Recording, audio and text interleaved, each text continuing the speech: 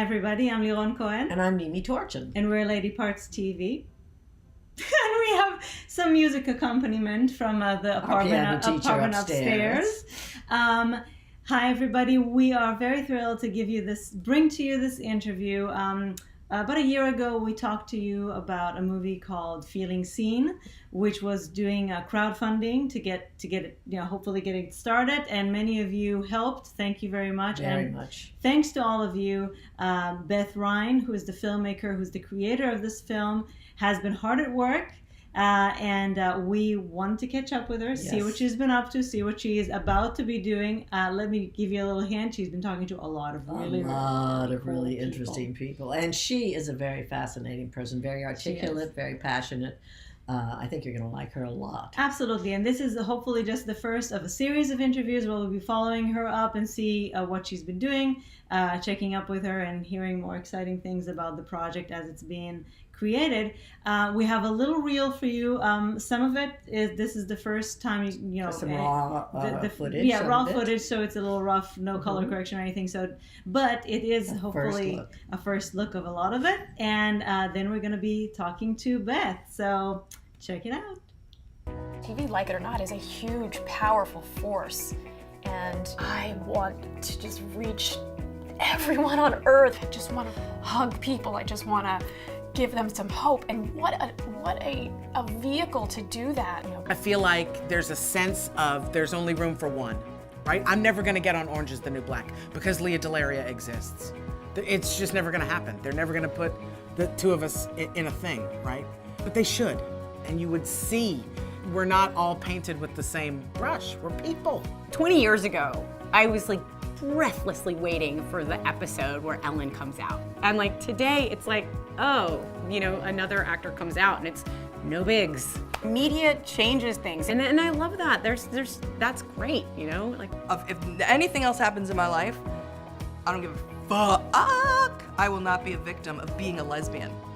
I like being a lesbian. I love it. Thank you, gay Jesus. Like, I like it. But for everyone to have one little bit of something that they can see themselves in would help everyone. I think it's really important. Because somewhere, I hope, there's a little butch tomboy sitting in her room. And she sees me and thinks, oh, it's okay.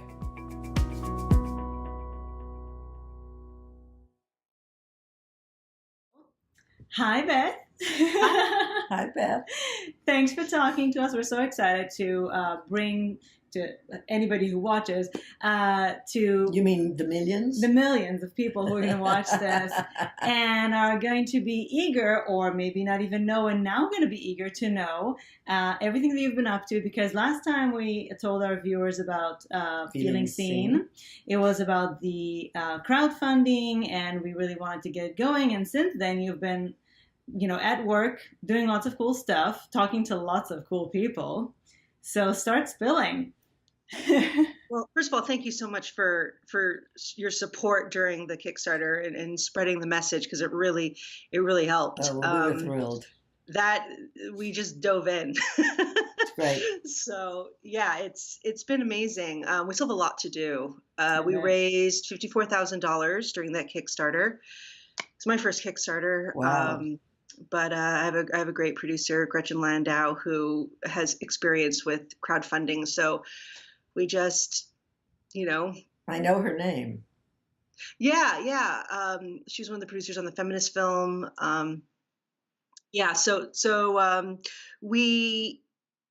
We've done a lot of interviews since then. And now we're nearly done with that money. We've nearly used it up. And we've recently hired an editor. And right now I'm in full story mode, getting the story,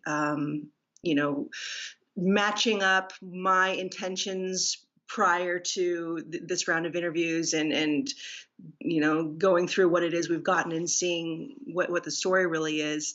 And our editor is going to be helping us put together a new pitch reel so that we can submit to grants and raise more money so that we can get our finishing funds. Well, let's start with. Yeah, I wanted to ask a question though. After something you just said, do sometimes do you go in with a certain intention, a certain idea of where the film is going to go, and then you have your interviews? Does it sometimes change from what you receive? But hold on, I'm going to add to that question, just because some of our viewers might not entirely know what Feeling Seen is about. So why don't you tell us what the concept was, and then with the interviews, what it's become? Sure, absolutely. Feeling Seen is a feature-length documentary film about the impact of representations of queer women on television. And it has absolutely evolved over, I'd say, the last 3 years. The idea, it planted itself in my head more like 5 years ago when I was talking to a friend of mine about the impact of Xena Warrior Princess on my life and how I felt very isolated when I was growing up because I didn't see any representations of lesbians on TV. And I actually, very much did not want to be a lesbian. I was afraid that I was because of all of the negative images on TV and in media in general. I didn't know anyone in my life personally. There were no role models or examples. So if I loved women, then I was going to have to have a really depressing, horrible life. That was what. And end up dead. And end up dead, or in a nunnery, maybe the first Jewish nuns, or just married to hopefully a lovely man and miserable in my life. So it wasn't until so I started watching Xena. And I watched one show and my parents watched another simultaneously. And they weren't labeled because they couldn't be as a lesbian couple, but the connection they had was something that I responded to, something I knew I wanted. And I felt safe watching that show, and I couldn't identify it, what exactly it was, but it was something that I felt I could connect with. And then, fast forward years later, I came out and everything, and found out that there were many other people who felt the same way as I did. So I'm telling this to my friend, this straight, lovely guy that I went to college with, and we've been friends for years since. And he's like, he was fascinated by it. And it fascinated me that he would take an interest because I didn't think that anybody cared about lesbians. Straight people. Yeah. So he and another friend of mine helped me. They're both filmmakers, and they had some cameras, and we started doing some preliminary exploratory interviews 3 years ago, where I just started thinking that this was going to be a love letter to the show, to Xena, and my way of saying thank you and learning about how a television show could bring someone out of isolation and into community, because that was my experience. And as I started interviewing people, I realized it was much, much bigger than Xena and much bigger than myself. And there were, as television has incorporated more queer women characters, and there are more queer women working behind the scenes, and there's more visibility, there are more opportunities for people to see themselves reflected back, which gives them a sense of self-worth. And it's also a safety issue, a little bit safer.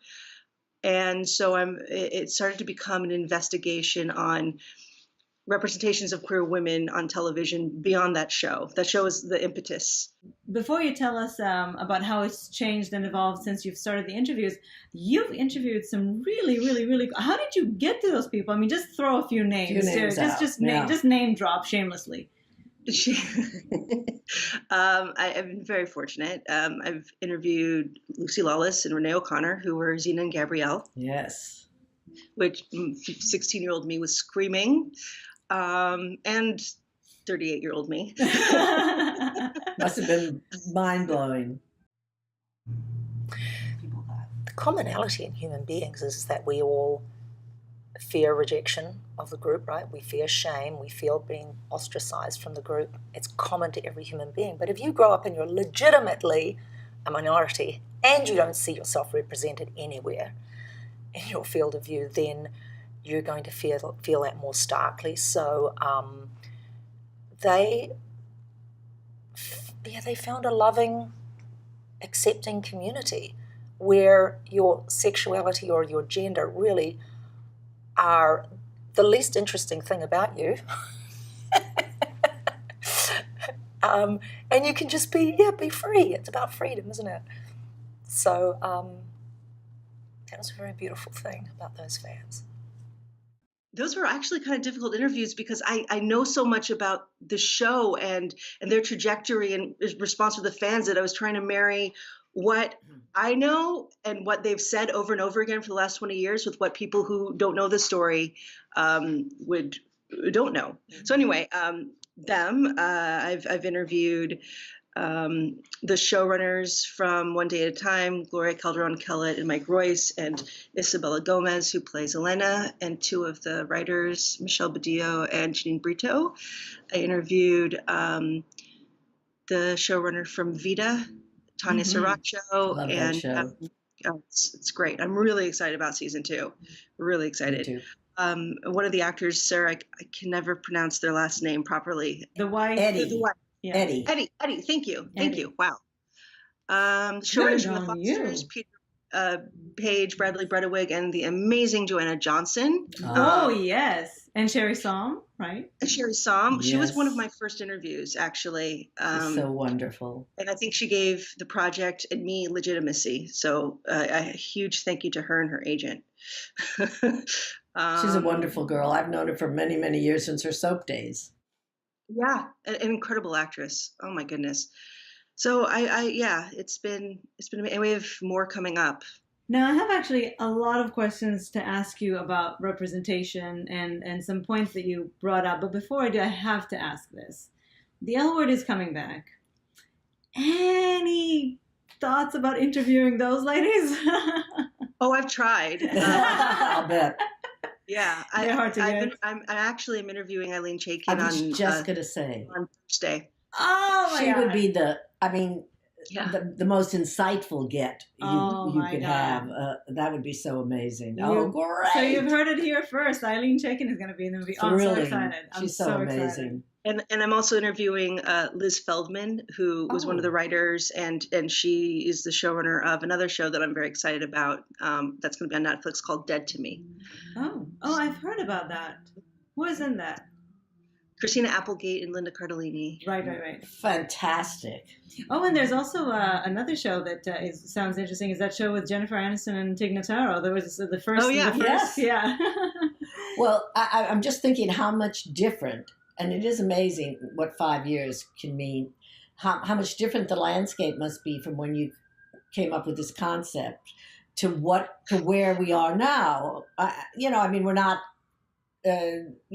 quite where we'd like to be, but the difference 5 years made, I'll bet, was amazing, wasn't it? It's shocking where friends will send me a text message and say, oh, you should interview so-and-so. I saw them on this show and their storyline is, I'm like, it's too much. There's no such thing as too much, but yes, it's everywhere you look. I was going to ask you what you consider to be good representation. What do you look for when you think about good representation? But also, since we've been talking about how many shows there are right now that have representation of some sort, what I find is that, yes, there's a lesbian on every other show, but she's isolated and her role is to be the lesbian. We don't really see much of her private life as opposed to the rest of her castmates usually who, will follow home and see them with their partners. So it's not just about quantity, it's also about quality. On the other hand, Yes. just as a voice from over here, No, I agree. I remember many times people saying, we'd like to just be a lesbian on a show, not have it be about us being a lesbian. And I find that seems That's a to little be creeping in also, where they're on the show, they happen to be a lesbian, it's no big deal. Yeah. That's also a step forward. It is a step forward. And actually, even though my film is about television, because if I were to open it up, it would be too much. No. But I'm I in think TV. one of the things that, here's my little kitty. She's like, hi. Oh, Let's go. Tabby, I love them. Her little ears are poking in. Cats But one are of the honored things that's guests blowing on my our show. mind, because the Oscars are this weekend, and Melissa McCarthy's role in Can You Ever Forgive Me? Right? Right. Yeah. Mhm. So people are talking about how she, she's a writer. Somebody said she's a woman of a certain age and of a certain body type, right? She's not your traditional, I don't even want to go there. And no one's mentioning about the fact that her character is a lesbian. The lesbian. And, 5 years ago, she would have been nominated because the character was a lesbian. Like, that's the thing to play, Yes, right? It's not even mentioned in anything. And and the fact that the two leads of that show are both queer characters and it's never commented on, it's just part of their lives, is incredible to me. So what do you look for when you say good representation? Well, I think that the comment you made about how it's about being a lesbian isn't the defining feature, and it's not just a coming out story. It's not just a warning story.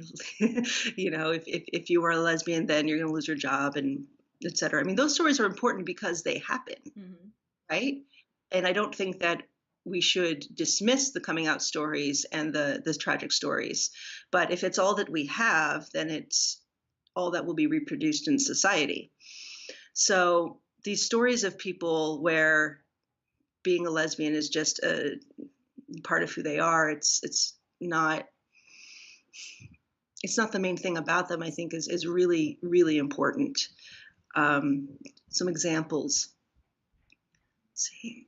Now, of course, my mind is blank. Well, but they are okay. Even though it's not the main character, the main trait, let's say, in the character, and she can still be a cop or a firefighter or whatever. But what about the fact that they still don't follow her home as much? And if they have, like, for example, I think about Grey's Anatomy, which is wonderful in representation. Ahead of the pack.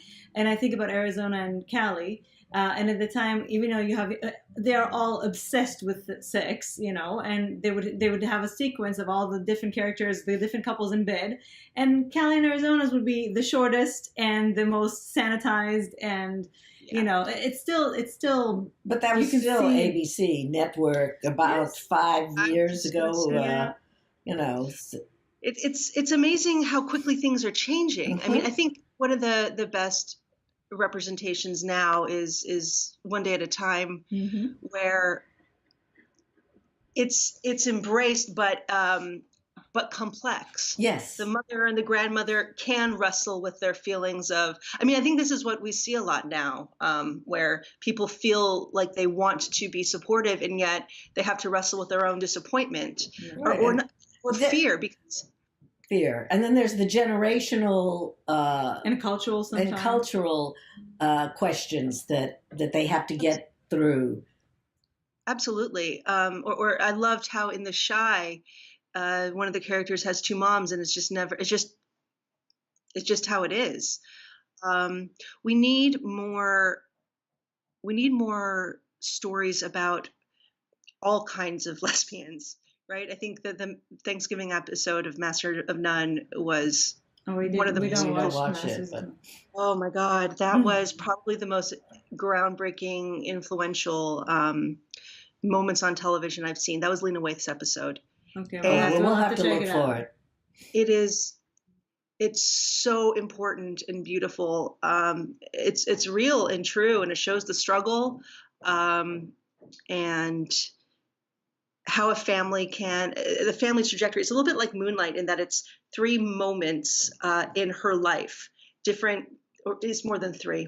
Moonlight was 3. It's more than 3, but it's different Thanksgiving dinners over a period of her life, and her coming out and her mom and coming to terms with it.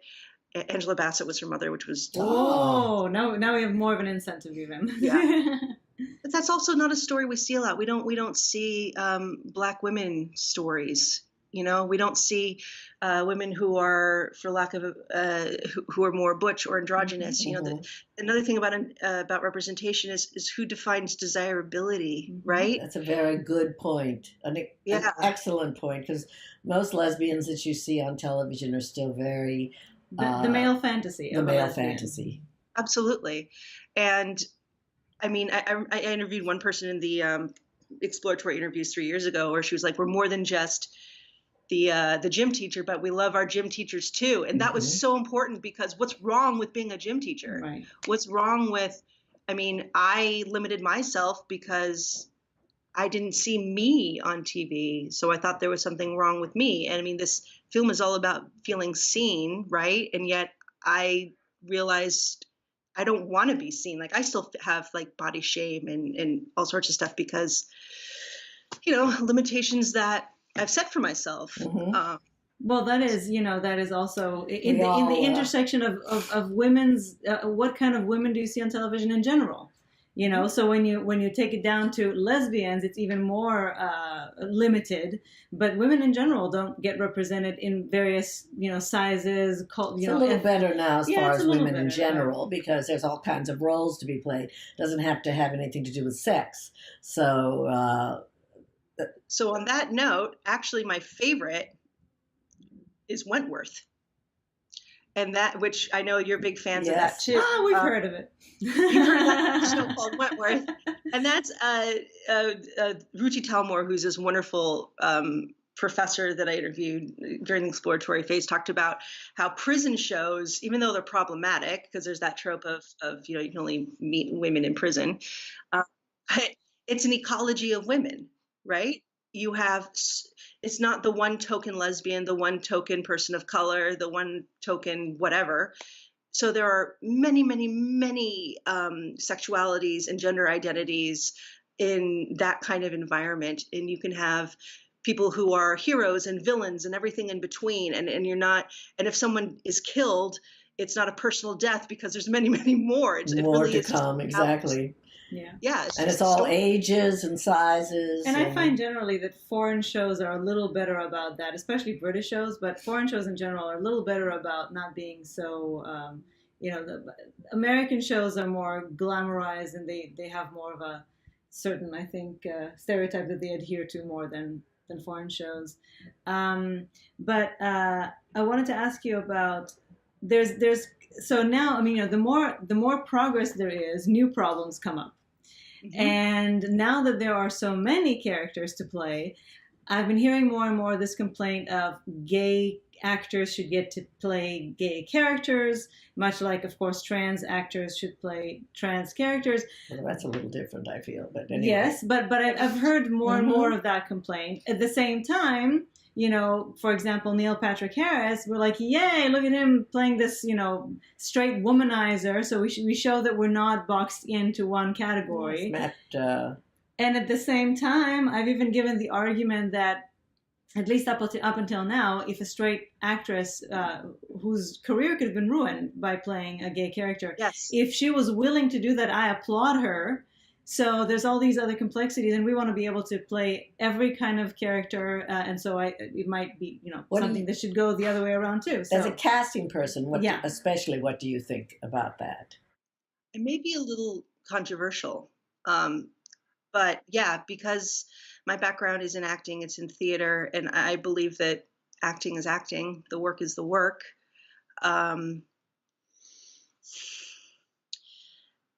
Also, we run into problems of potentially outing people.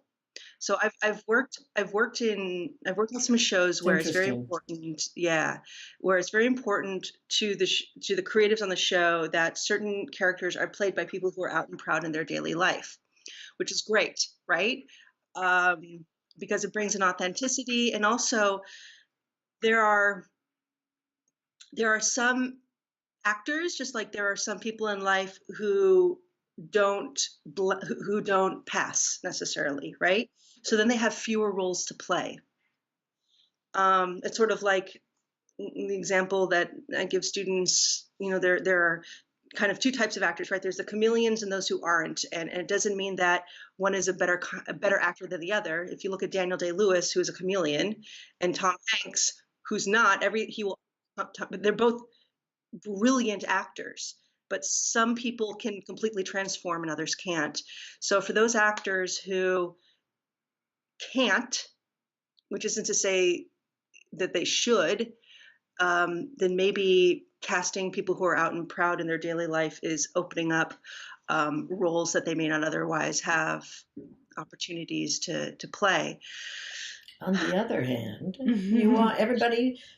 You want it's good for straight actors to play gay actors And the also other way because around. it takes a stigma off Mm-hmm. of the gay role being portraying gay. And Yeah, so I'm always happy when I see a straight actress embrace her, gayness in a role, like the women in, like Carol, and like the women in Disobedience. I had no doubts believing any of them were gay. And No. they were well-known actresses Who weren't afraid who for weren't their afraid careers, anymore to do something like which is that. also good. And it wasn't the edgy thing to do. It was just playing Just- humans. Exactly. But also, private lives are private lives. And when we get into the territory of expecting that someone is out, you run the risk of outing someone before they're ready. So there were times when a manager or an agent would pitch somebody, and we would bring them in, and then the other person, the manager or the agent, would call and say, "Oh, I see that they need to be out in life. Well, my character's not gay. I mean, my actor's not gay." Like, well, then why did the other person pitch them? It gets murky. It's not.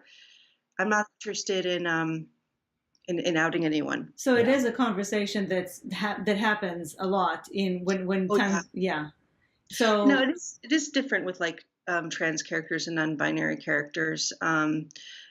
We for the Red Line, we were casting teenagers to play and people in their early 20s to play a non-binary character, and so it was really important that we get trans and non-binary actors.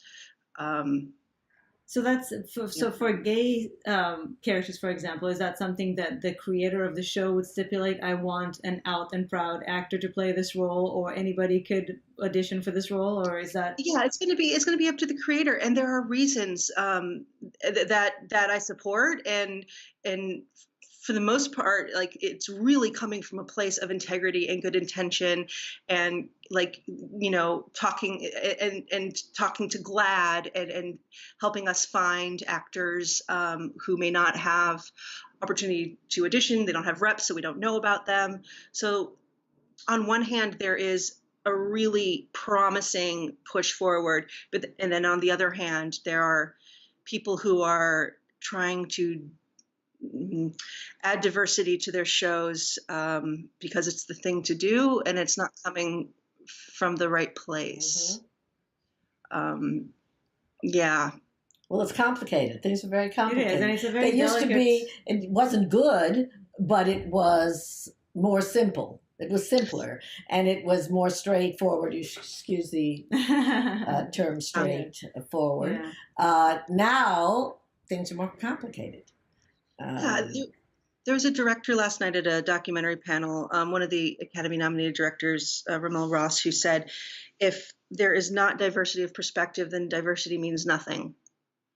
And that's what I've been trying to say for a long time, but he said it so succinctly and perfectly. But it's true. Like, it can't be the same people telling the stories of others, which isn't to say that you have to only tell your story, that you're limited to your own story, but it's about diversifying your worldview, bringing in people to the writer's room, help tell these stories.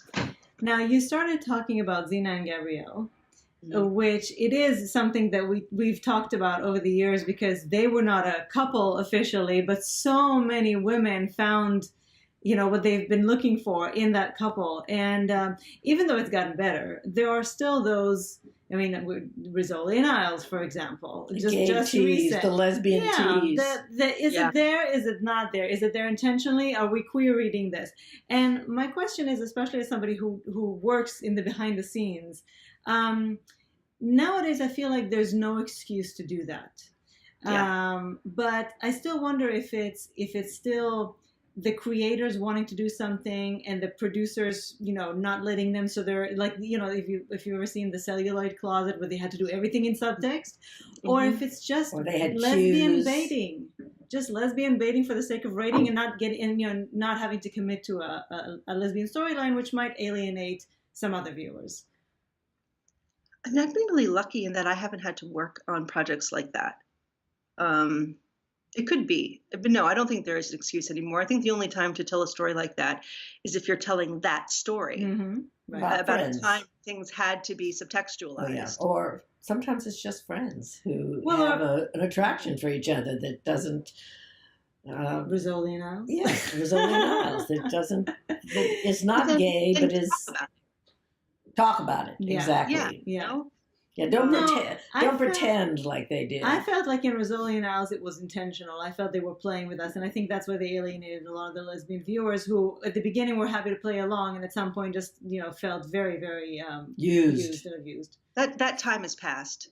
It was just recently. No. No, What I mean but is it's they missed the boat in yes. terms of when that worked. Yes, and even was- the actresses admitted that they thought they were a couple for all intents and purposes. I'm pretty sure. I that's heard them probably say- how they played it. Yeah. But so you feel about Xena and Gabrielle. I mean, and I know you've talked to them, and we're not going to ask you to share anything that we're waiting to see the movie. But did they feel that they were a legitimate couple? Yeah, Really? yeah. I think it evolved. I mean, the creators knew what they were doing, and Lucy and Renee weren't exactly in on it from the beginning, but over time, yes, they absolutely played it. Yeah. And So we were all right. That's finally we're vindicated. Finally, because it's been. I mean, even when I did my last lesbian standing, and it was a couples, and I had to have a separate vote about should they or should they not be included in the game because, was it us or was it them? So it's them. And yeah. No, I mean they've talked about it since, but they couldn't be out, and they couldn't be labeled. I mean, that's the wonderful thing about fantasy and sci-fi, right? Is that I think some of the most progressive cultural moments on television happen in that world, in the world of sci-fi and fantasy, because oftentimes our society isn't ready. And so, the first interracial kiss on Star Trek, and I remember seeing a kiss between two women on Deep Space Nine that, knocked that me was- off. I'll tell you something about that though that I know, and I did have it on my reel. I had a VCR of television and movie moments from that was just lesbian scenes, and it actually was several hours. But anyway, You should send it to I don't even. It's a I'll find VHS. it. It's VHS. Anyway, I remember that event very well, and then I remember hearing from a very good source that actress went out of her way, the Deep Space Nine regular, to let people know that it creeped her out. Well, and there were That the she, times when they all had to say, "Oh, we had to get drunk." Yeah. She Now made it's a bit sure better. that it was known that this was not something that she did particularly willingly, and she didn't enjoy it. Yeah, they had to be very careful. I mean, I think you see that with the facts of life. If a character is accused of being a lesbian, You mean that Joe? could kill your career. Yeah. And so you had to. I mean, what was the other one? Babylon 5 or Babylon 5. Yeah. There was that queer storyline, and that was the edgy thing to do. And it was. I think I remember watching old interviews because I was looking for anything where they admitted, yes, it was. And the actresses did. They had to make it very clear that it was not them, because otherwise, what will society think of them? And I think one of the fascinations with fans on Lucy Lawless and Renee O'Connor while Xena was airing and after was the fact that they never apologized for their audience. They never made excuses for the lesbian overtones or the same-sex overtones. They said, people read into it what they need to, what they want. And then in the years since, saying, yes, this is how we were playing it. They never backpedaled.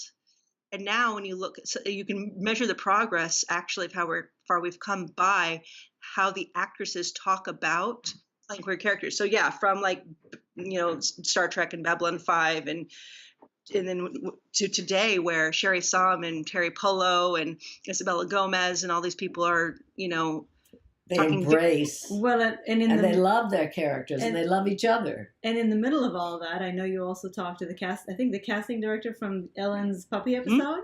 That must have been a fascinating conversation, because I mean that really was in the middle of all of it, and a real actor coming out with a character coming out. I know that Laura Dern couldn't get work after that for a long time. And Oprah had a lot of blowback. And they had a bomb scare on the set, and Yep. And to contextualize things, while Ellen was coming out, Xena and Gabrielle were raising a kid together. wow. And nobody, except for the lesbians who were watching at that point, 'cause nobody else was. And what could you tell us a little bit from that interview with the casting director, of a little something? Yeah. We can A share? nugget? Yeah. So Tammy Billick was a casting director for a lot of comedy in the 90s. She did Married with Children, where the actress of Amanda Bierce had come out. She played Marcy. Mm-hmm. She'd also been on All My Children. Mm-hmm. Mm-hmm. Mm-hmm. And Tammy cast Olive Ellen. And so for her personally, I mean, she talked a lot about how Ellen just really needed to do it. It was herself. time. Yeah, for herself. And it really was this moment where a lot of the women working on the show who were also lesbians, like, it was a moment for them too. And how difficult it was, and how necessary it was, and why it kind of tanked after that. Yeah. Well, there's always the swing of the pendulum before it rights itself. Mm-hmm. Because there was a lot of pushback. There was a lot of... And look what happened to Ellen. Of course, now look at Ellen. Yeah. I mean, ultimately it was the best thing she ever did, but I'm sure it didn't feel that way for several years. I mean, it's amazing, because I went back and I watched old interviews on YouTube, and because everyone was anticipating this. If you were, and I wasn't out. I was in high school and I wasn't out, but I knew it was important to me. And now, as an adult, looking back at interviews like with Rosie O'Donnell before she was out, when she was interviewing Ellen in anticipation of it, and how, like, I'm Lebanese. Ooh. Yeah, I remember that. How terrified she looked, right? Yeah. And that also informs the viewer. You have a right to be scared. Yeah. You should be scared. And then look what happened to her. See? Yep, you were right. We were right. But you have to go through it. Someone has to go through and it. thank goodness she was willing to, because she really did. She did that for a lot of other people. And who didn't know, other than those people who just don't get it, that Ellen was gay from the first moment we ever heard her comedy. Everybody knew Ellen. No, but No. things that seem obvious to us don't seem obvious to a lot of other people. You'd be surprised, but less now, but definitely back then. Well, and that was when I interviewed Liz Friedman, who's one of the executive producers of Xena, and she's gone on to EP Jessica Jones and The Good Doctor, and she was like the lesbian producer writer on Xena. And for her, she would, and she's talked in other interviews about this as well, but she would like lob in little lesbian things because she knew nobody would pick it up, except for the people who need to pick it up. Exactly. Because it still surprises me when people don't assume I'm gay, and yet, because I'm like, look at me, but it also surprises me when they do. If it's not in front of you and you don't know to look that it exists, it doesn't occur to you that it's a possibility. Yeah, you just don't see it. You just don't see it. I've had conversations with people, and to me, certain things are so obvious, and for some people it's not even an option, so it doesn't come up on their radar, even if it's very obvious. Right. I mean, I remember as a kid, somebody looking through my mom's hair to see if she had horns because we're Jewish, and they'd never met any Happened Jews to me in college. There you go. Yeah. In Texas. Not to me personally, to my roommate. Yeah. And like, oh, wow, okay. So all they know is what they've been told. In church. Even if it makes no sense whatsoever. Yeah. Yeah.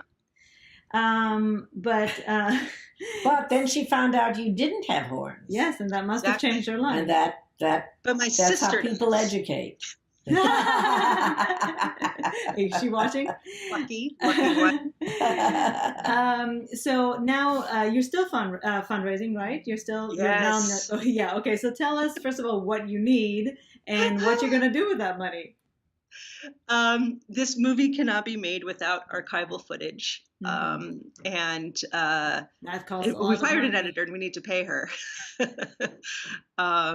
It's going to cost a lot of money to get the archival footage we need, to get the post-production money we need, color correction and composing, and like I said, editing and consultations, and paying so many different people to help us finish making this film.